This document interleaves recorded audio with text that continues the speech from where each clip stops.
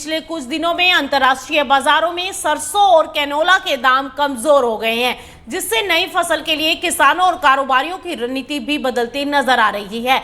दरअसल अमेरिका और ईरान के बीच तनाव कम होने और युद्ध विराम की खबरों के बाद कच्चे तेल की कीमतों में तेज गिरावट आ गई है और पिछले एक सप्ताह में कच्चा तेल करीब 16% टूट गया और तेल सस्ता होने से बायोफ्यूल बनाने वाली कंपनियों ने वेजिटेबल ऑयल्स की खरीद कम कर दी है, जिसका सीधा असर सरसों और अन्य तिलहन फसलों के बाजार पर पड़ता दिखाई दिया है।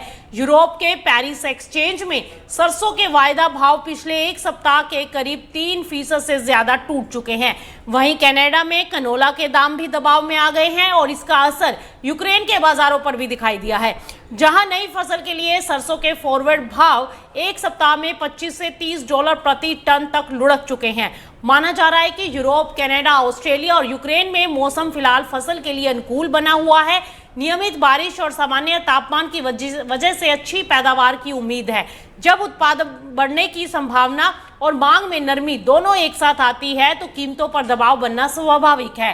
हालांकि बाजार की कहानी यहीं खत्म नहीं हो रही। यूक्रेन के किसान अभी भी बड़े पैमाने पर अग्रिम बिक्री करने से बच रहे हैं। उन्हें उम्मीद है कि नई फसल के सीजन में एक्सपोर्टर्स और घरेलू प्रोसेसिंग इंडस्ट्री के बीच खरीद कंपटीशन बढ़ सकता है, जिससे कीमतों को फिर से सपोर्ट मिल सकता है।